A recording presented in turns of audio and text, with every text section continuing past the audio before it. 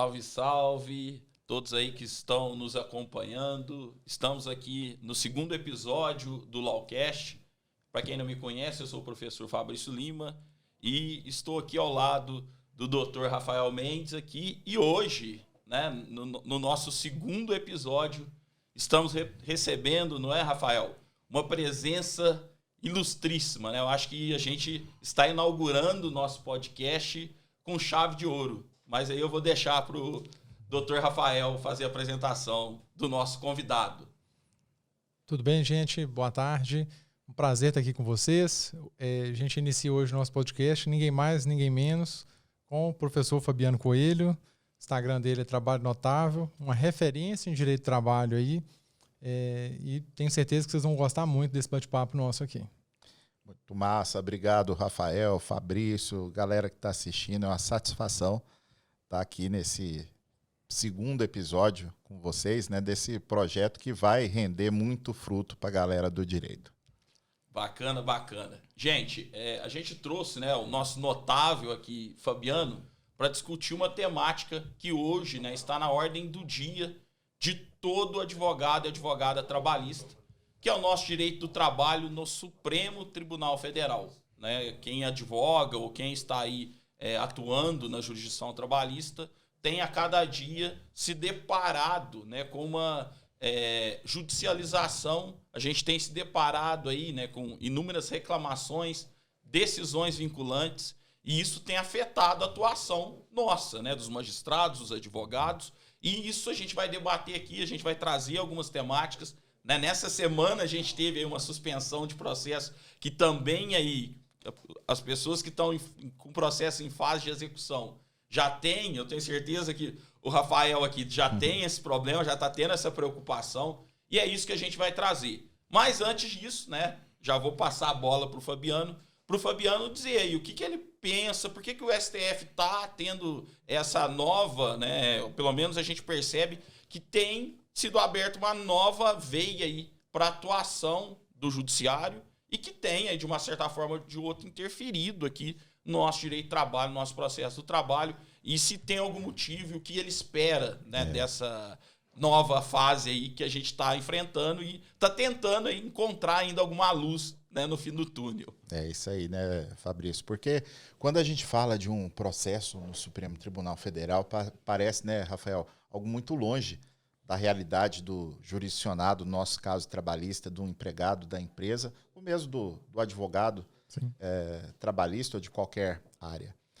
Então acaba que essa luz, esse foco que está tendo em decisões trabalhistas no STF, mostra, antes de mais nada, né, Fabrício e Rafael, a necessidade do advogado entender a lógica dos processos no Supremo Tribunal Federal. Porque quando a gente estudou na faculdade, né, Fabrício, eu formei há 26 anos, acho, 27 anos.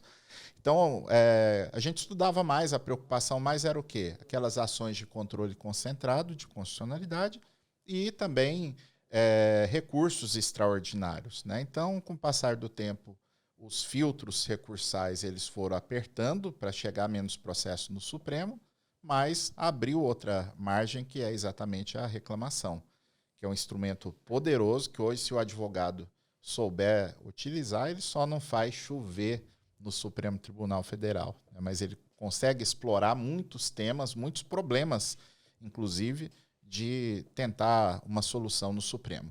Agora, o que tem acontecido, né, a gente vê muita gente criticando, porque o Supremo pode tudo, o Supremo se mete com tudo, o Tribunal efetivamente trabalhista é o TST que deveria dar a última palavra em matéria de direito individual e processual do trabalho. Mas o que acontece, Fabrício, é aquilo que a gente, ou muita gente sempre elogiou, que é a Constituição de 88 ser uma Constituição recheada de direitos sociais, de reconhecimento de direitos trabalhistas, o que é positivo, né, para a gente ter um mínimo ali de dignidade para o trabalhador, que o legislador não consegue mexer quando tem uma eventual maioria, como a gente viu na reforma trabalhista de 2017, né, que o Congresso quer mexer ali com a lei, mas não pode mexer na Constituição. Então, isso é uma proteção do trabalhador. Mas agora a gente está vivendo um momento de ressaca dessa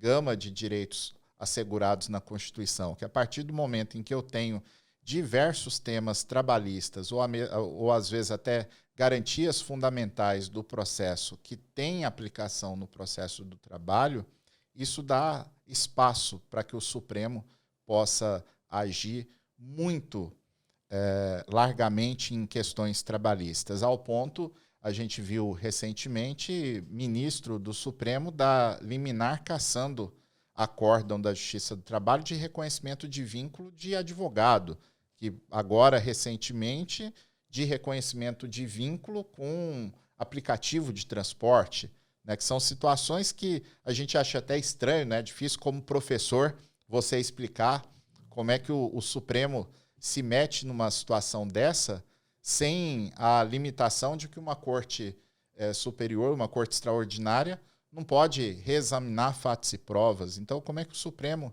vai decidir uma questão envolvendo vínculo de emprego, né? Mas, para mim, o problema surge exatamente de uma solução anterior, né? De você proteger, blindar os direitos trabalhistas dentro da Constituição, mas isso dá uma margem muito larga para o advogado conseguir levar algumas questões para o Supremo Tribunal Federal. É interessante, eu tenho reparado, inclusive, Fabiano, que algumas decisões, né, são monocráticas. Sim. E monocráticas sem o contraditório. Sim. Né? E o que mais surpreende, às vezes, o advogado que está lá em primeira instância, às vezes, né, existem reclamações de decisões de primeira instância ou de tribunais. Ele só vai descobrir da decisão na hora que ela é comunicada nos autos, e aí se tenta apresentar o recurso, fala, não, já passou o prazo, sem prazo. Né? Então, é algo que é preocupante. Eu acho que a gente precisa, né, de uma certa forma ou de outra, pensar em alguma solução, ou às vezes, né, precisa existir uma certa conscientização, né, do que, se esse caminho é um caminho que está sendo utilizado da forma adequada, e se, né, a forma que a gente tem recebido isso, se isso vai ter algum limite, porque nós temos, né, como o Fabiano disse aí, decisões que talvez transitaram por todas as instâncias da Justiça do Trabalho, e aí uma decisão monocrática revoga tudo, fala, não, a Justiça do Trabalho não é competente, né? Volta para a primeira instância lá da Justiça Comum para ser analisado um vínculo empregatício. E aí a gente já ingressa em um tema, né? Competência para analisar o vínculo empregatício. Sim. É a natureza do pedido, o objeto do processo, o pedido é de vínculo. Se existe um substrato negocial anterior, a competência é nossa, a competência é da Justiça Comum. O artigo 9º da CLT é o juiz comum que vai analisar ou nós iremos analisar? Essa é uma discussão que a gente tem e nos preocupa, né? E também, Fabrício, a gente viu essa questão agora, recentemente, na decisão do ministro Alexandre de Moraes, uma decisão monocrática, envolvendo um acórdão do TRT de Minas, da empresa Cabify, né, que é um dos aplicativos de transporte, acho que a gente pode falar o nome da empresa aqui, foi amplamente divulgado, né, público e notório. E eu teria duas críticas fortes a essa decisão. Aliás, 3 críticas fortes à decisão do ministro Alexandre de Moraes. É claro que questões técnicas, né, Fabrício? Eu tenho visto, a gente às vezes faz uma postagem sobre decisão do Supremo, né? Vira aquela baderna no nosso post, o pessoal brigando e não sei o quê, mas não é aqui, a gente trava realmente uma discussão técnica, uma discussão jurídica, como tem que ser entre profissionais do direito. Mas o que acontece? Eu vejo 3 pontos complicados na decisão do ministro Alexandre de Moraes envolvendo Cabify. Primeiro ponto, o CPC de 2015, Rafael, ele construiu toda uma dogmática sobre o sistema de controle de precedentes por parte do Supremo Tribunal Federal. O advogado mesmo ele tem que trazer lá fundamentos jurídicos consistentes. O tribunal, quando vai analisar uma questão, tem determinados procedimentos, inclusive que eu recebo o maior número de recursos, de ações possíveis para que eu possa filtrar qual é a discussão com o máximo de fundamentos jurídicos possíveis, porque depois eu vou ter a questão do distinguishing, né? Aquilo que não foi um fundamento que foi submetido à discussão exaustiva na Corte Superior, na formação daquele precedente, não pode ser utilizado para matar um determinado processo. Então, aqui já vem uma crítica severa. Eu tenho a convicção de que o Supremo Tribunal Federal não pode usar um precedente por analogia, como o ministro Alexandre de Moraes fez no caso Cabify. Porque o caso Cabify era um motorista de aplicativo que se cadastrou, que prestava serviços diretamente. A gente pode até discutir se a relação jurídica é uma relação comercial, se é uma relação civil, se é uma relação de trabalho. Isso é um debate. Só que eu não posso confundir isso com terceirização de serviço. Isso não é uma terceirização. Não existia ali nenhuma empresa intermediária fornecendo aquele motorista para a Cabify. Em razão dessa circunstância apenas, que não é pouco, o ministro Alexandre, com todo respeito, não poderia invocar a tese fixada na DPF 324, porque a DPF 324 é sobre terceirização em atividade fim. Ali não era uma questão de terceirização. Aí o ministro invocou que a relação jurídica se aproximava, não tem como falar que tem identidade, com a lei do transporte autônomo de carga. Aqui nós não estamos falando em transporte de carga, é um transporte de passageiro, né? Gente e carga tem alguma diferença, afinal de contas. E por isso me parece inadequado invocar por analogia a decisão vinculante da ADC 48 sobre a lei do transporte autônomo de carga. Então, isso é o primeiro ponto. Me parece que a Suprema Corte deveria banir, né, por meio da construção de uma jurisprudência firme, banir o uso de analogia com precedentes. Porque se for para usar analogia, não tem sentido a gente ter a lógica do distinguishing. O advogado vai apontar, olha, esse caso é diferente. Pode até ser que o tribunal, depois de vencidas todas as instâncias, o tribunal diga, olha, esse caso aqui, embora seja diferente, ele merece a mesma solução do outro. Mas aí você não pode usar o instrumento da reclamação, um instrumento grave, curto, né, para solucionar um determinado problema. Então, esse é o primeiro ponto que eu vejo na decisão do ministro Alexandre de Moraes. O segundo ponto aqui. O ministro estava aplicando precedentes que tratavam de terceirização na atividade fim, de validade de relação civil de transportador autônomo, ou seja, pegou precedentes em que se discutia apenas questão de direito material, de relação jurídica, para declarar a incompetência da Justiça do Trabalho. Então, aqui eu vejo também um equívoco.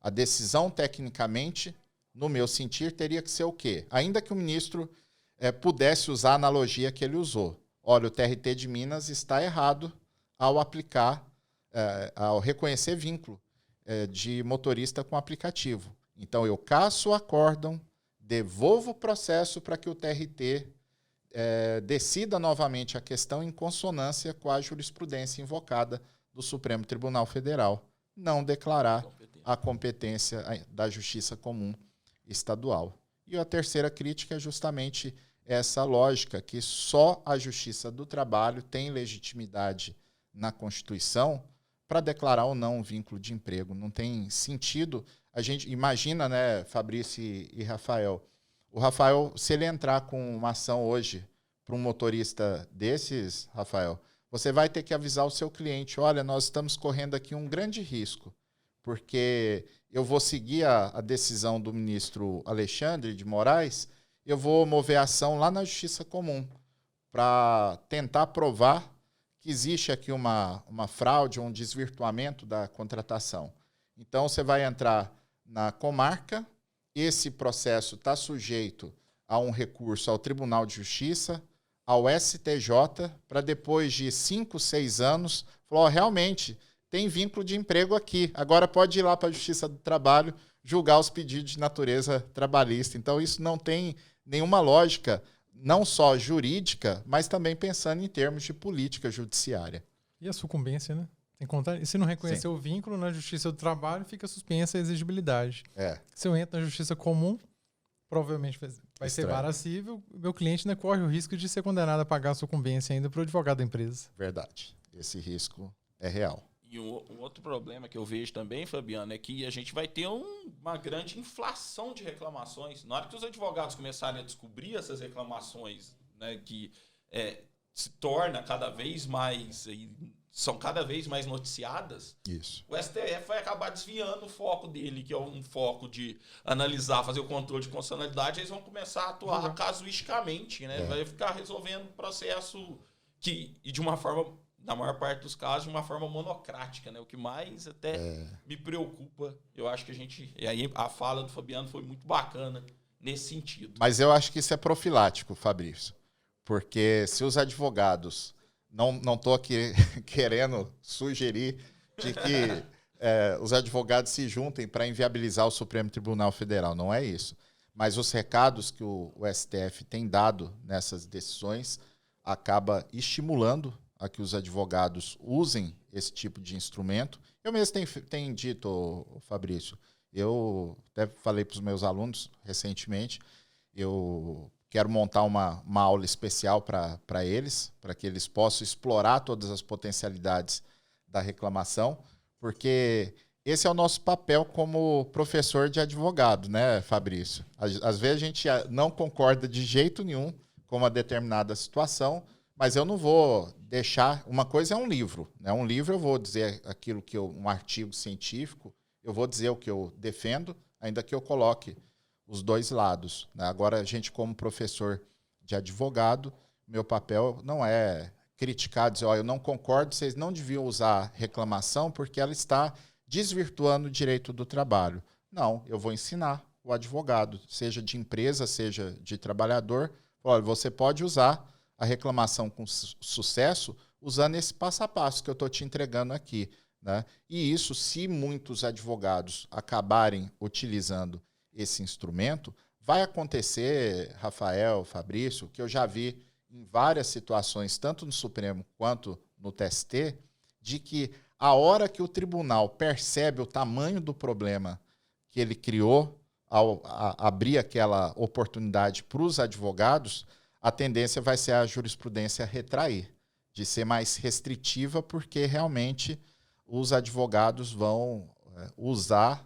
Até um advogado ontem falou comigo assim, não, professor, mas e o pessoal fica aqui, tem um aluno meu que eu ensinei umas paradas para ele aí, e ele está ganhando várias reclamações no Supremo.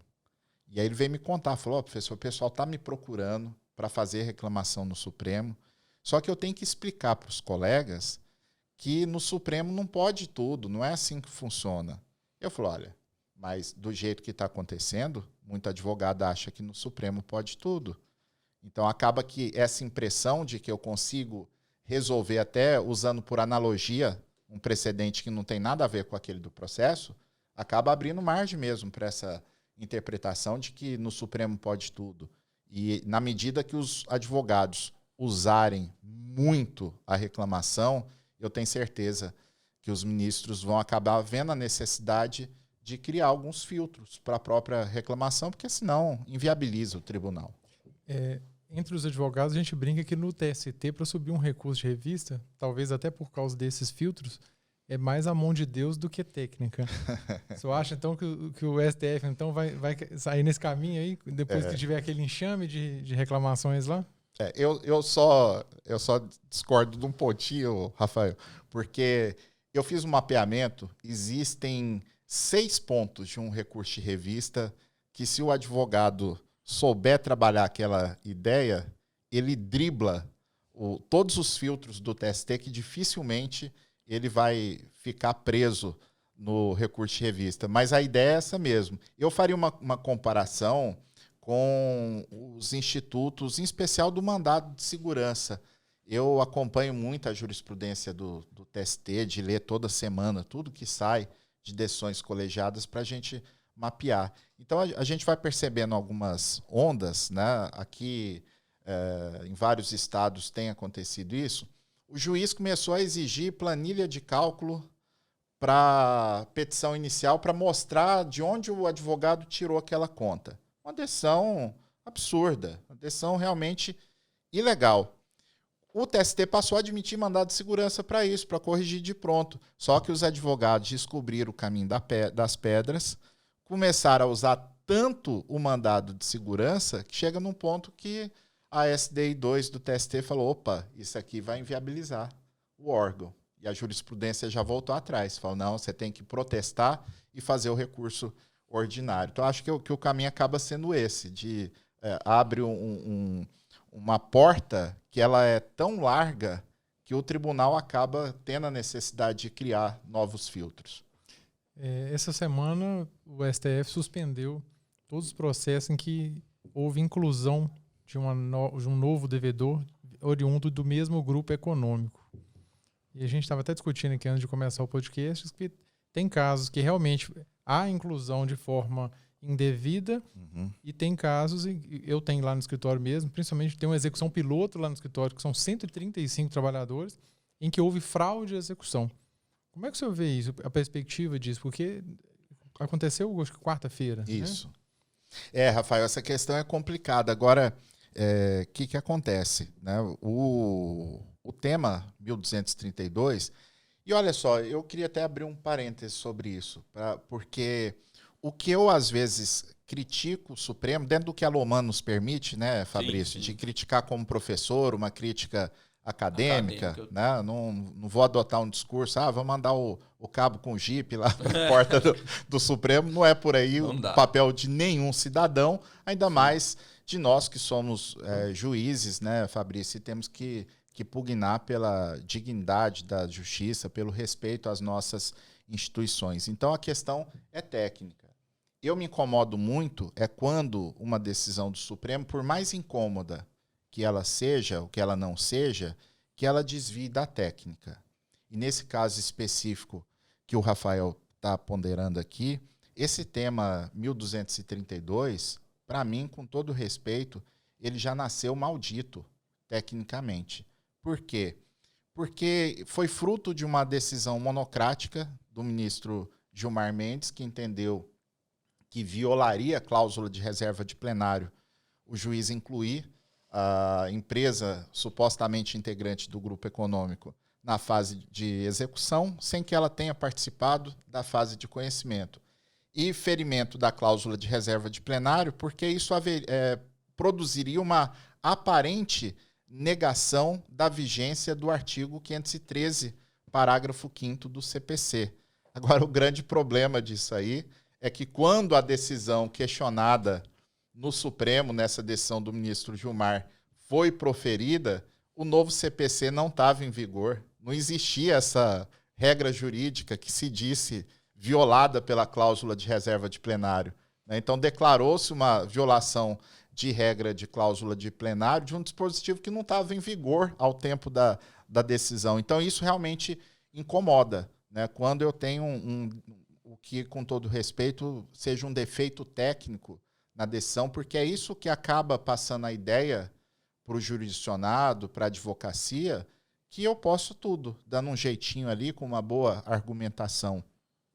Nesse caso específico do tema 1232, vai ter muita discussão, sem dúvida, se os casos de fraude estão ou não cobertos pela temática. Né? Eu me preocupo muito de ler a decisão que reconheceu a repercussão geral, né, Fabrício? Porque esse tem que ser o norte. E a gente tem visto vários equívocos. Agora, outro dia, teve muito juiz, teve muito tribunal que começou a aplicar errado a decisão do Supremo envolvendo gestante, que era uma discussão se a empresa tem que observar a estabilidade se ela não conhece do estado gravídico.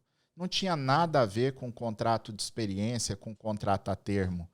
Mas aí o juiz, o tribunal, pega a tese fixada sem ver qual era o tema afetado, qual era a discussão que estava em jogo ali e começa a aplicar o precedente para situações que não têm nada a ver com ele. Então, Eu, particularmente, Rafael, não tenho dúvida que os casos de fraude eles estão à parte. Eles não estão cobertos pelo tema 1232. O tema 1232 trata apenas daquela situação do grupo econômico. O que não foi hipótese de discussão de grupo econômico está fora da temática. Agora, como a decisão monocrática do ministro Dias Toffoli fez referência de que toda a discussão ali envolvendo as suspensões, embora ele fale de grupo econômico, porque é a própria definição do tema, né, da matéria que foi afetada, mas a partir do momento em que na liminar dele, de suspensão, ele diz que o caso trata do artigo 513, parágrafo 5º do CPC, para saber se um co-obrigado, um corresponsável, pode ou não responder por uma dívida se não participou da fase de conhecimento, eu tenho comigo que, muito possivelmente, a compreensão que vai se ter é que esses casos de fraude também estão dentro da liminar do ministro Toffoli. Aí me parece que o papel do advogado, porque a suspensão do processo, né, o revés o advogado já tem. Aí seria o advogado fazer o requerimento fundamentado para o juiz para tentar demonstrar ali um distinguish, para dizer isso aqui não é caso de suspensão. Se o juiz se convencer, a parte executada tiver o tino de fazer uma nova reclamação lá no Supremo, de questionar, o juiz não respeitou aqui a decisão que mandou parar esse tipo de processo, e vier lá uma liminar específica desse processo do relator, do ministro Dias Toffoli, aí paciência, aí tem que realmente aguardar. Mas me parece que existe algum espaço para o advogado discutir a questão. Fabiano, e o IDPJ? Você acha que o IDPJ, se instaurado nessa hipótese, fugiria da suspensão ou nem assim? Porque tinha uma discussão, o objetivo do 513 é garantir o contraditório. Isso. Se a gente instaura o IDPJ na fase de execução, a gente não estaria, de uma certa forma ou de outra, garantindo o contraditório dessa terceira empresa que vai ser aí passar a incluir o polo passivo? Esse é o erro, né, Fabrício, para meu ver, do Supremo, de declarar uma repercussão geral sem ter uma discussão minimamente mais aprofundada sobre um determinado assunto. Porque eu, se puder botar minha bola de cristal para funcionar aqui, Rafael, e olha que a matéria nem começou a ser julgada, não é jogada, é julgada pelo Supremo, eu apostaria aqui qual vai ser a tese do Supremo, que é possível responsabilizar uma empresa integrante do grupo econômico que não participou da fase de conhecimento, desde que a responsabilidade seja apurada mediante instauração do incidente de desconsideração da personalidade jurídica. Eu não vejo outra tese possível, tá, Fabrício? Eu acho que o Supremo, embora ele esteja aí entrando num tema que é infraconstitucional, mas não vejo espaço para o Supremo voltar atrás, simplesmente falar que não precisa de nada, pode declarar a responsabilidade sem contraditório prévio. Agora, para mim, os casos... Tem um IDPJ correndo. Isso está ou não está coberto pela decisão do ministro Dias Toffoli? Para mim, está. E aí seria mais um erro de abrir o tema. Porque vocês sabem que tem, inclusive, um tema no Supremo que já foi objeto de repercussão geral, tema 660, que diz o Supremo que não há repercussão geral quando o exame de violação de contraditório, ampla defesa, devido processo legal, coisa julgada, passar pela interpretação de um dispositivo infraconstitucional. E é o que nós estamos tendo aqui. O Supremo está tomando para si não só a interpretação do artigo 513, parágrafo 5º do CPC, mas pior que isso, ele está tomando para si o espaço da Justiça do Trabalho de usar o 769 da CLT. Essa regra aplica ou não aplica no processo do trabalho. Agora, toda regra processual, o Supremo que vai dizer se aplica ou não aplica na Justiça do Trabalho. Então, como a liminar do ministro Dias Toffoli envolve o 513, parágrafo 5º, eu penso que os IDPJs também estão colhidos por essa liminar. O juiz vai ter que parar a tramitação, o julgamento de um IDPJ de responsabilidade da empresa integrante de grupo econômico. O advogado vai tentar o papel dele de convencer, mas para mim está dentro da liminar do ministro. Rafael, eu tenho certeza, né? Nosso segundo episódio aqui, mas essa fala vai ecoar o Brasil, né? Porque muito conteúdo, né? Eu acho que é justamente a gente ouve muito dizer de pessoas que não leram voto, que não leram afetação, que não leram e dão opinião. Manifestação política, na maioria Ou das vezes, política, né? Agora, tecnicamente, né? Essa informação da origem lá do 513, que era uma decisão anterior ao CPC de 2015, eu desconhecia. Quando teve a decisão do ministro Gilmar, eu li algumas vezes a decisão e eu fiz um verdadeiro jogo de 7 erros, mas eu achei 9 erros na decisão em termos processuais. E aqui tem um problema, né, Fabrício e Rafael? Porque se for para a gente discutir da forma como as empresas querem que o Supremo decida, vamos falar aberto aqui. O que as empresas querem é simplesmente dizer que não pode responsabilizar de jeito nenhum, que é a antiga súmula 205 do TST, né? A gente criou a cobra. Vamos fazer a meia-culpa aqui. Mas tem um problema, né, Fabrício? Porque para o Supremo fixar uma... Por isso que eu faço a aposta de que o Supremo vai dizer que pode responsabilizar desde que passe por IDPJ. Porque se o Supremo disser que não há responsabilidade nenhuma, que não é possível incluir, o Supremo estará declarando por arrasto a inconstitucionalidade de qualquer responsabilidade patrimonial de quem não figurou no polo passivo, a começar pelo próprio sócio. Porque se o 513 tivesse que ser levado a ferro e fogo, a gente teria que dizer aquilo que os estudantes têm uma dificuldade, né, Rafael, quando a gente fala que existe uma antinomia no CPC. Que o CPC, como é que ele, no 133, ele permite a responsabilidade do sócio a ser declarado incidente na execução, e no 513 diz que não pode responsabilizar quem não participou da fase de conhecimento.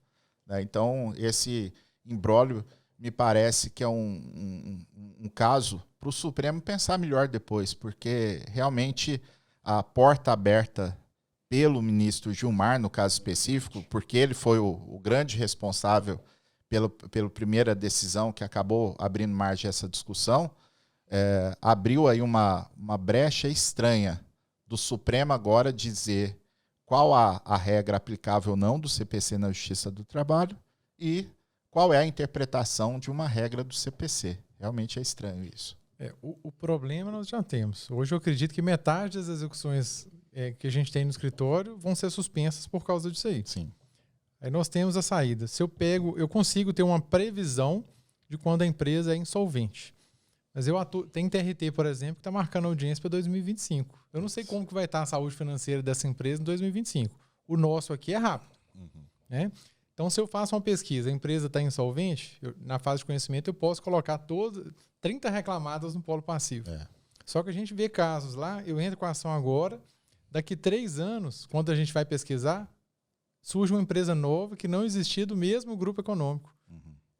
No caso clássico de fraude e execução. Aí aquela lá é sólida, não tem nenhuma negativação, todos os veículos e imóveis estão em nome dela. Isso. Se suspender e não puder ir nessa empresa aqui, acho que todas as ações trabalhistas, a maioria, pelo menos, das ações trabalhistas vão ser impossíveis de serem recebidas, né, professor? E aí vamos ter que defender a accionata. Foi aí que surgiu a pretensão, não teria como incluir lá atrás, né? E aí, né, Rafael, aí me parece que a estratégia que os advogados vão ter que utilizar doravante, porque a gente não sabe quando é que o Supremo resolve essa questão. A gente já teve tema trabalhista que demorou 11, 12 anos para julgar a repercussão no Supremo. Eu até acredito que, pela repercussão que o caso tem, né, o Supremo não deva demorar muito a julgar isso, mas a gente não sabe. Então, o caminho que o advogado deve ou pode tentar seria alguma medida cautelar, né, já que a execução vai ficar parada. E aí, claro que eu já vi alguma polêmica entre os colegas sobre isso. Não, mas se a execução ficou parada, o juiz não pode fazer nada. Não, pera lá, gente, não é assim.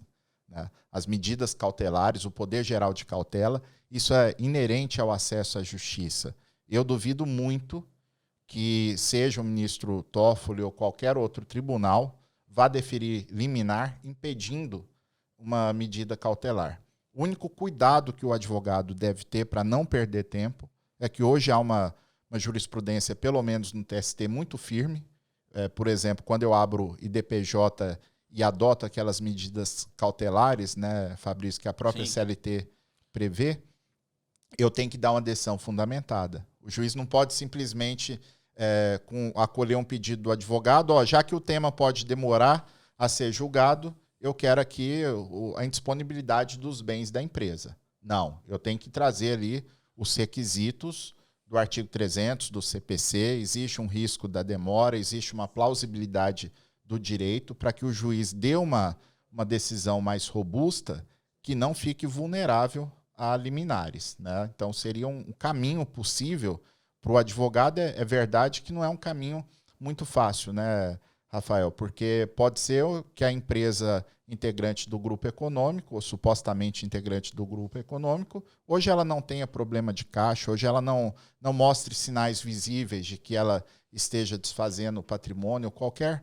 outro requisito tradicional para pedir uma medida cautelar. Mas aí o advogado tem que achar alguma brecha dentro dessa fundamentação para disparar o poder geral de cautela do juiz.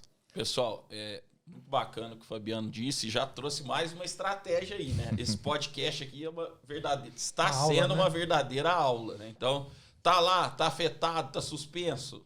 Quem sabe uma medida cautelar, pelo menos com uma garantia.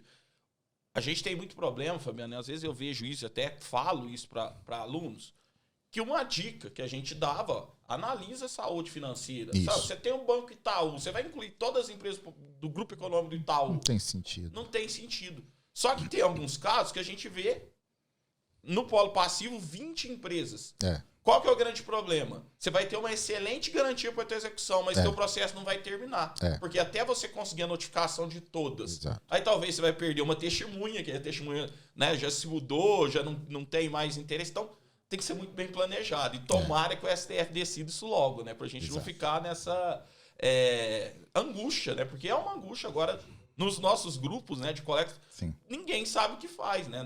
A gente vai depender, né? Eu acho que aí o papel do advogado vai ser importante, tentar fazer a distinção, tentar trazer essas discussões para que, né, a gente aguarde que isso seja julgado o mais breve possível, com congruência, né? Eu acho que interessante é manter a congruência do nosso sistema, porque caso contrário, como o professor Fabiano disse, a gente não vai ter nenhuma responsabilidade mais na execução, né? E essa antinomia efetivamente existe ou ela é uma antinomia aparente, né? Muito bacana. Mas vamos mudar de assunto agora. Mais uma aqui que gente, essa também traz pano para a manga. Tema 935, né? Para quem está acompanhando aí, a gente já tinha, né, um direcionamento do STF, né? A gente já tinha súmula vinculante para reconhecer inconstitucionalidade da contribuição assistencial. Só que o ministro Barroso apresenta um voto divergente e o relator, ministro Gilmar Mendes, vem e falou, eu acho que eu estava equivocado no contexto atual, né? Ele trouxe o contexto legislativo atual, a reforma trabalhista, né, a facultatividade da contribuição sindical, e aí ele falou, eu vou mudar de ideia, eu vou acompanhar meu amigo.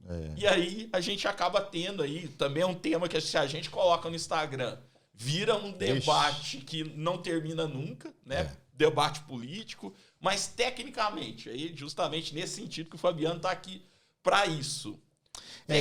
Eu tenho um incômodo, Fabrício, com essa questão do tema 935.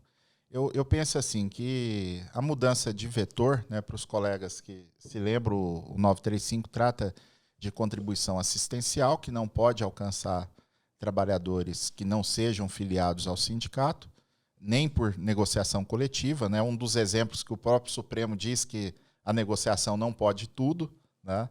E agora, acolhendo embargos de declaração, o Supremo já terminou o julgamento, a gente está esperando a divulgação, né, da decisão, mas já mudou, dentro dos embargos de declaração, mudou a tese para acolher a contribuição assistencial fixada por negociação coletiva, desde que garantido lá o direito de oposição em relação àqueles que não são filiados ao sindicato. Aqui, mais uma vez, a questão técnica.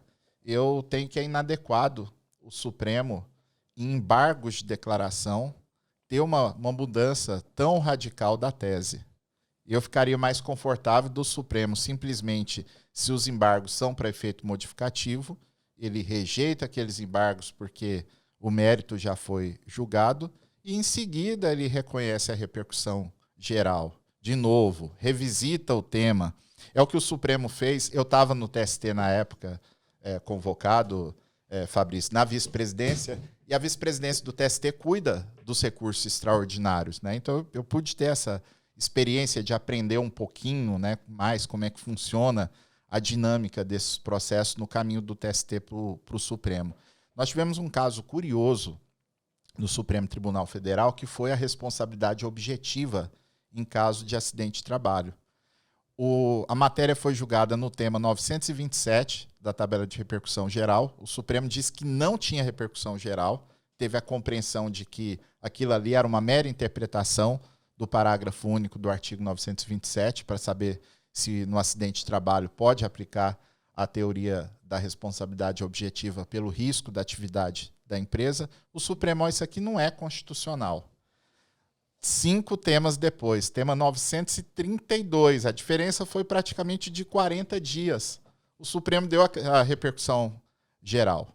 Me contaram, não sei se é verdade, que um dos ministros teria se queixado que ele registrou de modo equivocado o voto dele no plenário virtual. Não sei se isso procede, tinha essa fofoca em Brasília na época. E que, na revisitação do tema, os ministros deram a repercussão geral e depois acabou que a decisão, no final, ela teve o mesmo efeito de dizer que não tem repercussão geral, né? Porque o Supremo, no mérito, confirmou a tese que tem sido aplicada pelo TST. Então, acho que isso seria o mais adequado. Agora, a gente tem um problema, né, Fabrício? Porque o tema 935, quando ele é julgado agora para dizer que vale a negociação coletiva com esse conteúdo, ele está, de certa maneira, dizendo que um dos itens do artigo 611B da Constituição é inconstitucional, porque a reforma trabalhista fez constar da CLT que é proibido ter cláusula impondo contribuição assistencial para quem não é filiado.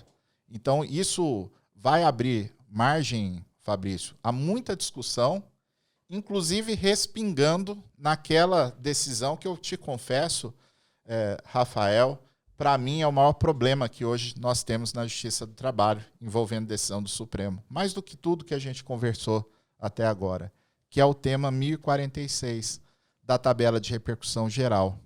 Porque, e aí eu acho que há um problema, Fabrício, o Supremo, nesse ponto eu faço uma certa crítica, o Supremo não tem tido o cuidado necessário para julgar temas trabalhistas com a amplitude, com o cuidado, com as particularidades que aquele caso tem.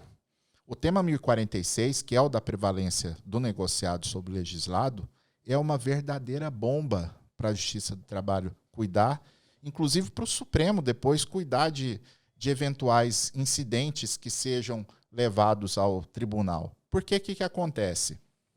Tema 1046, né, Fabrício, vem dizendo, olha, não, a negociação coletiva vale, exceto se o direito for de indisponibilidade absoluta. Aí vem o relator, faz uma listinha de quais são os direitos de indisponibilidade absoluta. E entre esses direitos, ele listou alguns direitos que a reforma trabalhista autorizou ter negociação coletiva, como redução do intervalo entre a jornada, como compensação de jornada em atividade insalubre. Aí você pega, eu tenho um trabalho toda semana de entregar PDF de jurisprudência para os advogados, né, com a compilação que eu faço toda semana. Então, há um mês atrás, mais ou menos, no mesmo dia, uma turma do TST, a 5ª turma, num processo relatado pelo ministro Douglas Alencar Rodrigues, disse o seguinte, olha, esse caso aqui é do tema 1046. O sindicato fez uma negociação coletiva de prorrogação da compensação em atividade insalubre sem ter autorização prévia do Ministério do Trabalho. Esse tipo de negociação aqui vale. sem prejuízo da fiscalização ficar em cima da empresa, do sindicato, do Ministério Público mover ação, do trabalhador que adoecer por essa condição de trabalho, mas validou a cláusula. E invocando o tema 1046. E no mesmo dia, uma decisão relatada pelo ministro Maurício Godinho, na terceira turma, dizendo, olha, isso aqui não pode negociar. Não pode negociar porque, independente da reforma trabalhista autorizar essa compensação sem autorização do Ministério do Trabalho, o relator lá no Supremo disse que não pode, porque ele listou entre os direitos que são de indisponibilidade absoluta. Então, a verdadeira bomba, e o tema 935 tem isso, do Supremo. Como o Supremo é uma corte constitucional, ele não pode dizer que ele está resolvendo a questão infraconstitucional, mas se ele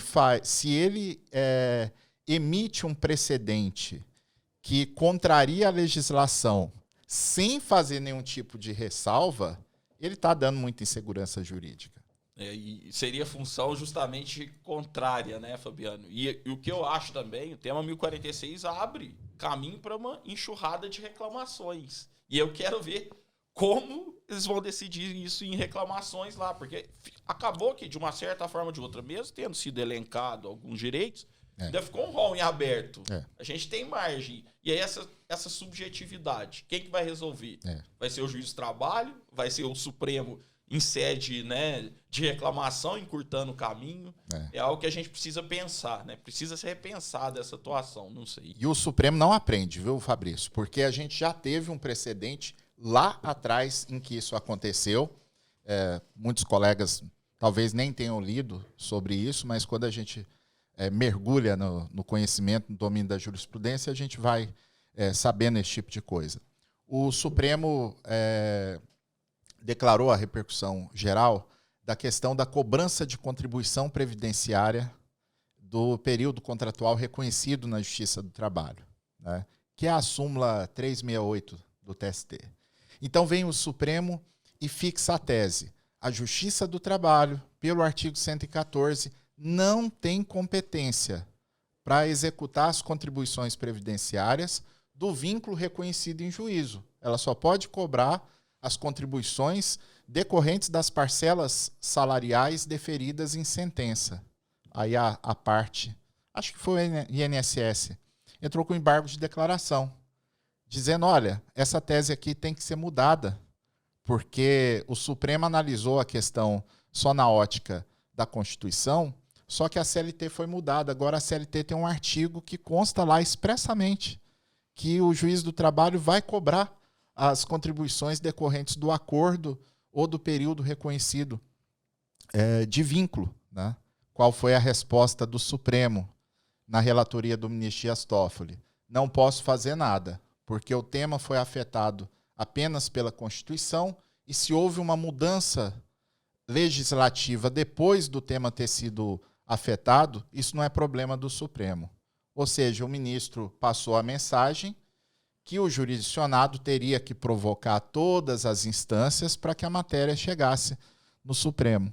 15 anos depois, a jurisprudência continua como está. Aplica o precedente do Supremo contra a legem, porque a lei mudou, mas para não ter problema no Supremo, a gente aplica o precedente agora, a mesma coisa. Sim. O Supremo, no tema 935, ele julgou o tema antes da reforma trabalhista, ou depois da reforma, mas aplicando a legislação anterior. Aplicando a lógica da própria reforma. Aí, em embargos, ele decide contrariamente ao dispositivo da reforma. Isso não pode dar coisa boa. Pessoal, percebam, né, que nós teríamos aqui debates, né, para vários episódios. Eu acho que a gente já pode combinar, Rafael, para fazer uma maratona com o professor Fabiano. Senão, né, se a gente acaba se alongando, a vontade era ficar aqui por vários episódios. Mas eu tenho certeza, né, que já vai ficar um convite aí para o Fabiano. Temáticas, a gente não esgotou as temáticas das decisões do Supremo, né, em relação ao nosso direito do trabalho. Mas aqui eu gostaria de passar a palavra aí, né, já finalizando o nosso episódio, para o Fabiano fazer alguma consideração, né, para o Fabiano convidar o pessoal lá para os seus cursos. Para quem não segue, gente, @Trabalho Notável, é uma profunda fonte de conhecimento. Eu sou seguidor, eu recebo os PDFs, né? Eu acabo, de uma certa forma ou de outra, fazendo parte dessa comunidade notável, e por isso ele aqui, né? A gente aproveitou a oportunidade dele em BH para que ele pudesse aí nos brindar com uma aula, né? Todos perceberam, e eu tenho certeza que esse podcast vai fazer um grande sucesso. Eu vou usar pela primeira vez, Fabrício, hoje cedo. A gente está aqui em Belo Horizonte para um evento com o professor Sebastião Geraldo de Oliveira. A gente tem um curso no Trabalho Notável de indenizações por acidente e a gente está fazendo o primeiro evento presencial com o professor Sebastião. E está muito massa, porque veio aluno do Brasil inteiro. E hoje eu saí para tomar café da manhã, um aluno topou comigo no corredor e me passou uma fita, que é a primeira vez que eu vou usar isso aqui em público, que vai ser o novo bordão nosso no Trabalho Notável, o aluno que me passou, né? Que a galera do Trabalho Notável, isso é algo que a gente estimula, que o pessoal está constantemente vivendo o EPA. A gente vai soltar agora vários conteúdos, eu vou começar live, eu vou começar vídeo, reels que a gente grava, falando esse EPA, e foi uma fita que o aluno me passou. O EPA é o Estado Permanente de Aprendizado. Acho que isso é uma coisa que a gente estimula muito, e fica o convite para todos seguirem as nossas redes sociais, no Instagram, no TikTok, no YouTube, né? E sobre o assunto aqui hoje, eu só queria fechar a minha participação, lembrando os colegas a importância, né, do aprimoramento profissional do advogado, enxergar e aplicar diversas oportunidades. Porque, por mais que a gente possa criticar pontualmente, né, ou a jurisprudência do Supremo, ou o uso desses instrumentos constitucionais, por outro lado, a gente tem que bater palma para os advogados, mesmo com aquilo que a gente não concorda, né, de estar buscando o direito do seu cliente, né, as estratégias de defesa do interesse do cliente, usando a Constituição, usando instrumentos perante o Supremo. Há 2 semanas atrás, um aluno me mandou, falou: professor, de tanto você falar em live que o TST errou de negar a estabilidade da gestante em trabalho temporário, eu resolvi testar a sua tese. Então, estou te mandando aí que eu fiz o recurso extraordinário, o vice-presidente do TST acolheu, deu seguimento e a matéria está indo para o Supremo.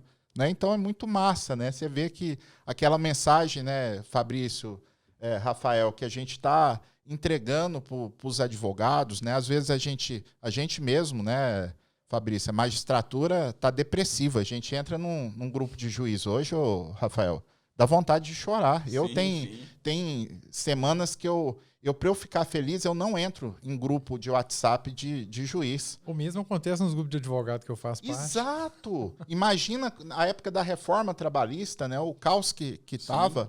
Muita gente fala pra gente, né, Fabrício, olha, eu já tinha decidido largar a advocacia, mas depois que eu passei a acompanhar vocês, né, de estar aprendendo, estar aplicando o que vocês ensinam, começou a trazer resultado e eu desisti de desistir, né?